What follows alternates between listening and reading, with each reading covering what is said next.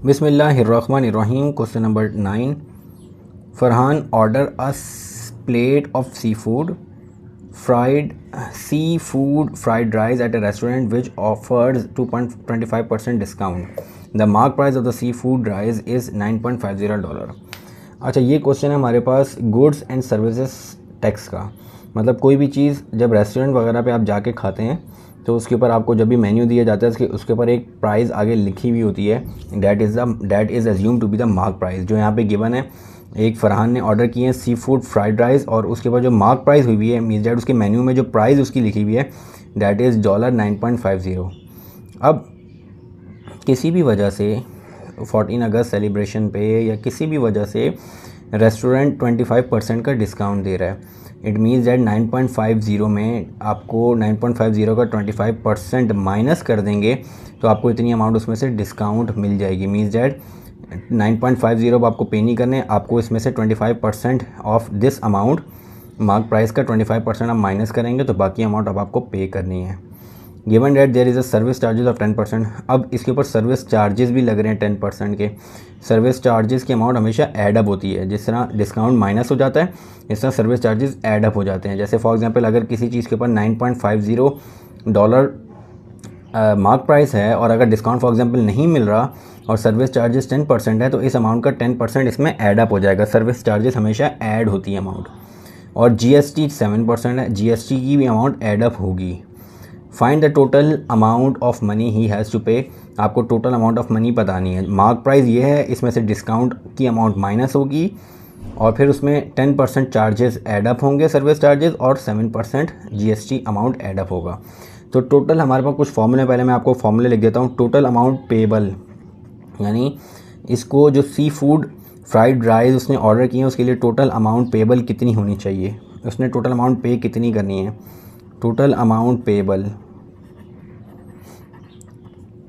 Will be equal to the, सबसे पहले जो मार्क प्राइस है वो उस मार्क प्राइस में से डिस्काउंट अमाउंट माइनस हो जाएगी और उसमें फिर ऐड अप होगा service charges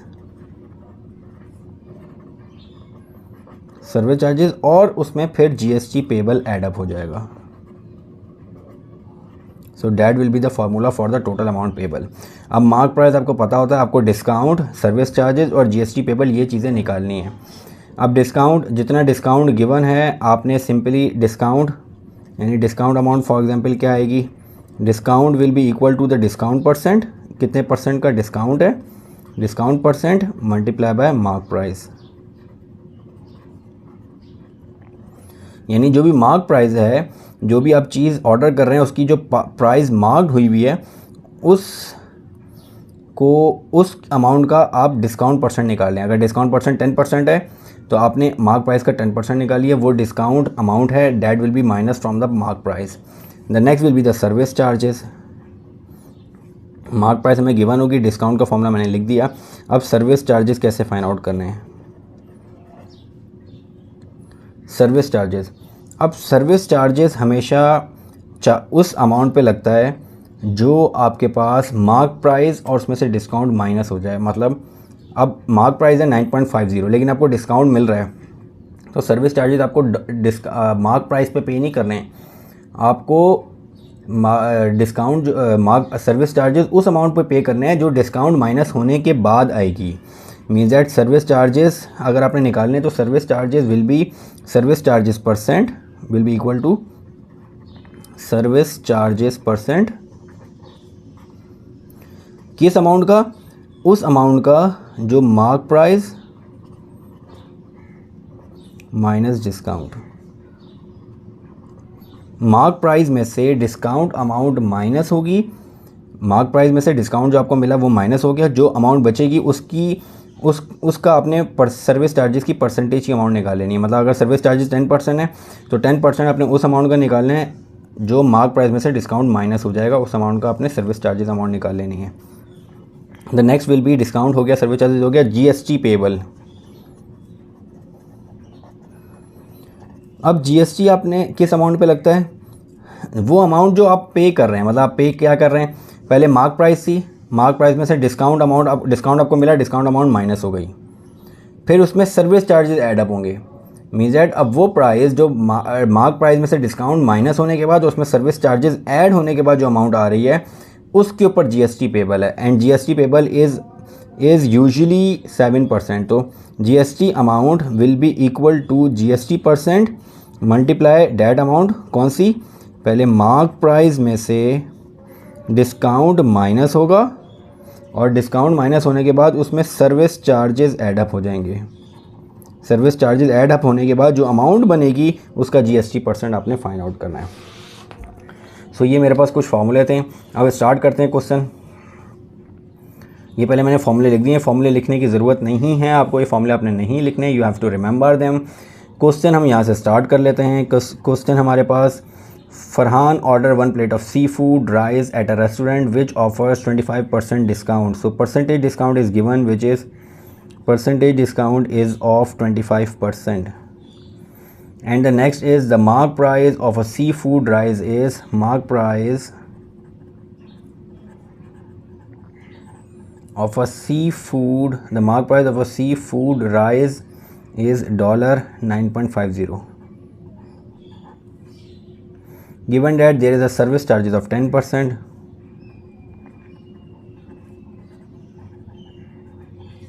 service charges percent is 10%. Next is service charges percent is 10%. The GST percent is 7%. So we have to find the total amount of money.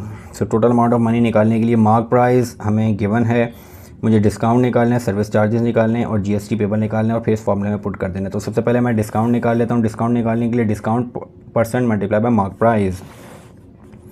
सो सबसे पहले discount निकाल लेते हैं। डिस्काउंट हमारे पास कितना गिवन है, discount है मेरे पास 25%। तो it means that the discount will B, discount percent फॉर्मूले में, so percentage discount is discount percent that is 25% of the mark price, which is $9.50. So 25% of 9.50. So 25 divided by 100, 25 को 100 से डिवाइड करूँगा तो 0.25 आ जाएगा और 0.25 multiply by 9.50, so the result will be $2.375। तो discount जो मुझे मिला है वो $2.375 का डिस्काउंट मिल गया। The second thing we have to find next is service charges. तो सर्विस चार्जेस के लिए फॉर्मूला मैं यूज़ कर लेता हूँ। सर्विस चार्जेस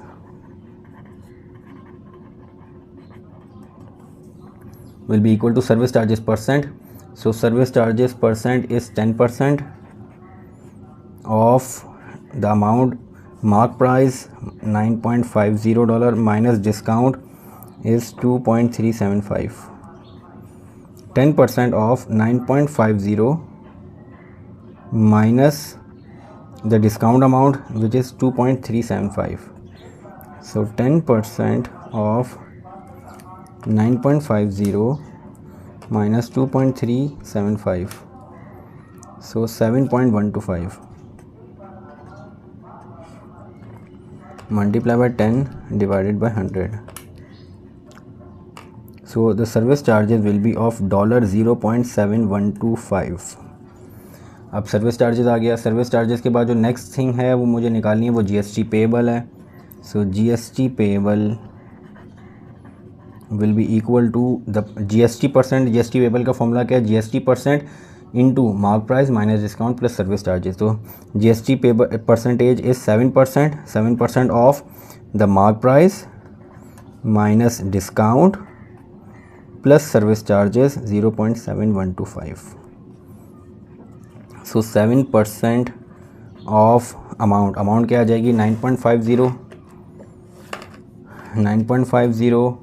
माइनस 2.375 प्लस 0.7125, सो ये आ जाएगी 7.8375. So this will be multiply by 7 and divide by 100. So it will be the GST payable will be $0.548. Now मुझे तमाम चीज़ें मैंने मालूम कर ली। अब मैं टोटल अमाउंट पेएबल में पुट कर देता हूँ। So total amount payable will be equal to the first thing, the mark price, which is $9.50 minus discount. Discount is $2.375 plus service charges. Service charges कितने आ रहे हैं? $0.7125 service charges plus GST. GST है मेरे पास 0.548. So total amount payable 9.50, 2.375, 0.7125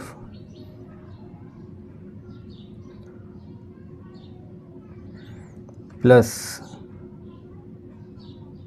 0.7125 plus 0.548,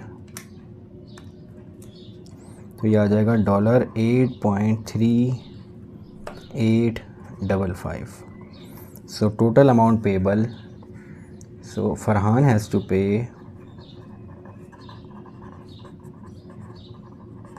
$8.3, अगर इसको round of कर दूँ 8.39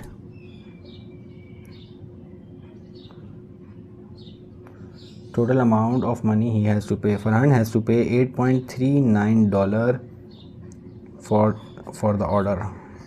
जो उसने ऑर्डर किया है उस ऑर्डर के लिए उसको $8.39 पे करने पड़ेंगे. So this is the question number 9. Inshallah in the next video we will start the next question. Assalamu alaikum.